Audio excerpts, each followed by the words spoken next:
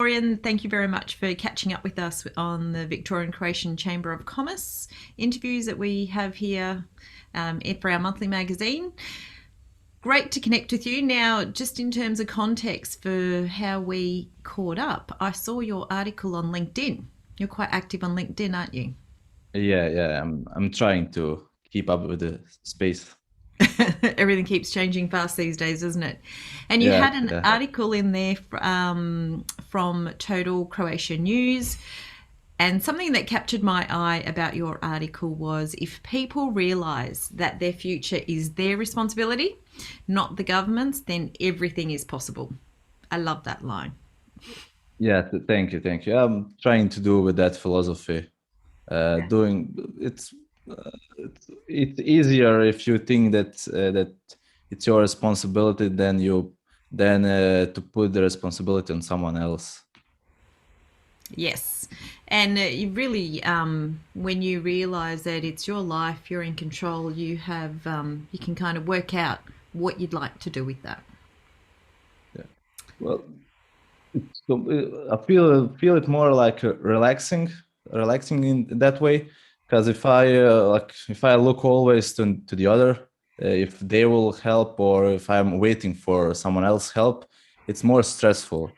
So Yeah. I like to do it like my way to take okay, let's say like okay, it's on me. So what do I have to do? And then I analyze and see, and I just and do it. In Croatia, I think it's a little bit different. What the mentality is, more people like they always wait for the government. They say, oh, and when someone else comes to the power, they will do better, but we have to wait for the better or something like that. And people are getting lazier in that way, like waiting for the true leader, but they don't realize that they are the leaders of their own life. They are. They are indeed. Now, you're back in Croatia because you've been away a little bit, but you grew up on the island of Rab, didn't you? Yeah, Island of Rab, yeah. Yeah, which only has about 9,000 people. Yeah, between 9 and 10,000. Not Yeah. much different. But it's a gorgeous, beautiful island. Yeah, Some would thank say you. you grew up in paradise. What was your That's childhood? I get a lot of questions how it is to growing up, especially when I travel Europe. To say that I'm live on an island, it's very different for people. 'Cause most of people I met, they live in cities, especially like bigger cities, like a couple of 100,000 or millions. So when you say that you are from a small island, like 20 something kilometers, and like around 9,000 people, it's very different to people to realize how it is in that way to live. Yeah. So, did you know most of the people on the island? Oh, I know the younger generations, but the older not so much. But I know the like people around where I grew up, like places that I hang out, like play when I was a kid, and during summer especially. I met a lot of people while working like seasons jobs, because on the island is very touristic. Like during summer, like from the May until October, like the population of tourists, we are like the whole island is around 30 to 40,000 people, so it's like 4 times more. And so you met a lot of people, mostly young people, like from high school until the faculty. They work like various summer jobs, like for 2 3 months to pay for high school and faculty. So in that way, I met a lot of people. So, but I wouldn't say that I know all of them. It's It's it's a crazy harder to assumption. know. Yeah, but you always recognize someone when you go travel in Croatia, and then you saw someone, you know that they are from your island. You don't know their name, but it's always like, oh, hi. You always say like that. Yeah, there's that commonality. You know each other. Yeah, yeah. Yeah. Um, So the tourism jobs, is that where you found your fascination for finance, for money, the economy? Where did that come from? Yeah, well, we could say a little bit like that. Mostly my grandfather is in accounting. He had his little office, and he was also the chief of the accounting of a bigger like hotel chain on the island. So he talks a lot about economy and about finance. So when I was younger, I grew up with listening to that. I didn't much bother until like the end of high school when I had to decide where do I want to go. Uh, because I like the history a lot, and that's also like connected with the tourism, because in doing tourism you meet a lot of different people and who all tell the stories, the history stories of their country. So during growing up, especially like high school, when I worked in summer, I met a lot of people, met a lot of like business, and while working, I fell in love with business. I think it's very great for the people in general, not just like the for money making, but the philosophy of business. It's making like wholesome, like many perspectives is good. Like if people serve others, they will get benefits, because in the business is just you need to find something what other people need, uh, and if you find that, you will get money. So so I like that perspective, because it's always you always need to serve people if you want to be prosperous. So while tourism made a lot of influence on that, and also my family is like renting apartments during summer. So I was in like the action, like we could say that it's like a small entrepreneurial business while renting the apartments. So I was always around business, the economy, since my life. But when the decision had to come at the end of the high school, what do I want to do? And that's always tricky when they tell you like, oh, now decide what you want. It And is a so I bit of went a like, stressful okay, I time, know isn't it? this. It, A bit, it a can bit, be one of it can be one yeah, of those yeah. stressful times in life, isn't it, where you suddenly have to come up with a career. Yeah. It's like you are like chilling before that, and then like poof, decide. And I say like, okay, I will do like business because I am familiar with something. I had maybe like very different perspective. How will I do? You know, because when you watch the movies, it's always about Wall Street action, and while you're on faculty, it's very different. But I don't. I really like it. I really found myself in it. So I think I made a good decision. We will see. Excellent. And you have done a bit of work. I'm just looking at your accomplishments that you've had. So you have been a winner in the student competition for the Croatian talent for Croatia. Yeah. So it was a student competition. Like I started to write that project.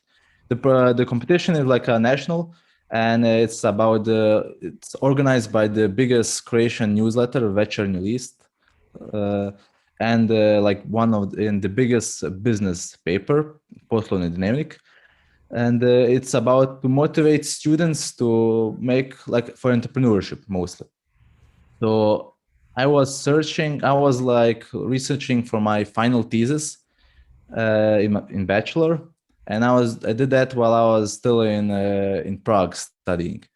Mhm. So when I was researching, I saw the competition, and it very aligned with with my final thesis. So the competition, it had a couple of categories, but their biggest category that they promoted is about finance. So the motivate young people to invest, uh, especially for pension. So they'll start to look long term and invest for their retirement. And I was actually doing the final thesis on the topic of student investment funds, which is when the students organize an investment fund and they operate with it and they invest real money on the financial market. And in that way, they learn money management. So I was really fascinated about that way of learning, like concept of learning by doing. So I did my final thesis on it. And during summer, while I finished the thesis, I had like 1 month until the end of the applications for the competition. And I was also working as a waiter during that summer, so I decided to apply for the competition. And I was like in the morning, I was working on the project, and afternoon I was working at the restaurant. So I was working for like 15 hours per day, 16 hours per day, for 1 month and something. And actually I went to travel to like Budapest and Istanbul, and while I was traveling I was still finishing the the project. So the project was a little bit bigger, even bigger than my thesis, around like 60 pages, something like that. And I managed to get to the final. So there was like two rows. Like first row was the paper, and if they had like hundreds of applications, and if they like it, the top three of them went to the final. So I managed to go to the top three, and then it was the like pitch sale, like 7 minutes you had to sell the project, and in front of a big audience. It was like in a not a theater, but where they have like a concert hall. And it was like an anniversary of the newspapers, so they made like a big thing out of it, which I didn't thought it will be. So when I got there, it was a little bit like nervous. As you see, it was even like the politicians and everything. I was like, all the cameras. So, but I managed to keep calm and present it very good. I was with my friend, so it was and my friend came to support me. So I had some self-esteem, and when I went to the stage, everything was just blank, and I started to sell and managed to win. Awesome. Big congratulations. Good Thank you. achievement. Yeah, thank you. I'm very proud of it because it took a lot of sacrifice and a lot of courage to be for a couple of months on it and work Yeah. for the success. Yeah. And when you win something after you've worked at it for so hard, it really means a little bit more, doesn't it? Oh yeah. It's like you know that your work means something. Yeah. Wonderful. Now, how close are you to finishing uni, the faculty? Yeah, I'm now writing or starting to write my master thesis. So if everything's will be good, I will finish university in September, like the middle end of September. So I need now to pass to write my thesis and then to defend it, and I also need to pass one course, and that's it. But that should be all done until the end of September. Nice. So everything's on track to finish end of September. Yeah, no, we as, could say, as best but as can be. yeah, trying not to be nervous. And you'll be looking for work then. What kind of work are you looking for once you finish? Well, I'm mostly interested in like finance, but especially like cryptocurrencies and especially the Bitcoin industry, the Bitcoin ecosystem. So I'm researching for the like business development or finance analysis research in the space of Bitcoin, and then crypto, and then finance, mostly like investing, but also some economics of it. I'm interested also in finance and economics, so the both of the parts would be interesting for me. But yeah, mostly like Bitcoin, crypto, and then finance industry. Yeah. And where are you really looking for work? Is it within Croatia? Are you looking to travel the world? What are you looking at doing? Well, I would mostly looking for the international. in Croatia, there are like 2 companies that I would like to work. So the market is not that big. But since I'm traveling, like since I started the faculty, like various international universities, I really like it, and I would like to continue. So I would like to first maybe go international, and to some other countries like Europe or even far. I'm currently looking for Europe because it's easier. Uh, but I would be willing to, if I find a good job, I will willing to go even more abroad. So I'm looking more for not like country specific, but the work and the company, because I would go anywhere if the company is good and if it has I can bring value to the company. That is something that I'm mostly looking if I will be good fit for the company in the way that I will bring value to the company, and then if the company will bring value to me. So that is something. But like I'm searching on internet. That's mostly how I'm looking, searching various companies that I know about, and if they have some jobs open in that part, and if not, I'm like making a list of companies that I would send email or something like that. Yeah, fantastic. Awesome. Well, now you also have a podcast, don't you? Tell us a little bit more about the podcast. How's that going? Yeah. So I started the podcast like 2 months ago. At first, it was a blog. Started it last year during Corona, during the first lockdown. It's about finance and economics. So to speak about people with professionals in finance to see their point of view. It's on creation, so their point of view on the finance industry, on their specific field, and what the future brings. So the goal of the podcast is to teach or to educate financial people on their career and the business. So my hope is that when people listen to it, that they will have something value to develop their career or to develop their business. So the main target group of the listeners are the finance people, so people who are professionals in that. So currently it is going very, very solid. I have I think six episodes. Yes, I publish every Friday one, and the topics are currently like more general. I had like about Bitcoin, about crowdfunding concept of capital, and then about gold, that will be like this week. Finance advisement. So I speak mostly with professionals in that industry. So like professionals to professionals in finance, and going more abroad for the economics, because I think the finance economics are very, very connected, especially for what are like some economic predictions for the 1-2 years, as that will like influence the interest rates, and that is especially important for finance people to control capital. Yeah. So nice. The podcast is going solid. I'm developing my LinkedIn web page. I have also Facebook, but more concentrated on LinkedIn. And soon we will have like a new web page where it will be more like easier to show people what we are doing. Lovely. So if someone wanted to listen to the podcast, what's the best way to find it? So the podcast name is Pričajmo o novcu. It's like English translation would be like let's talk about money, and currently it's only on YouTube.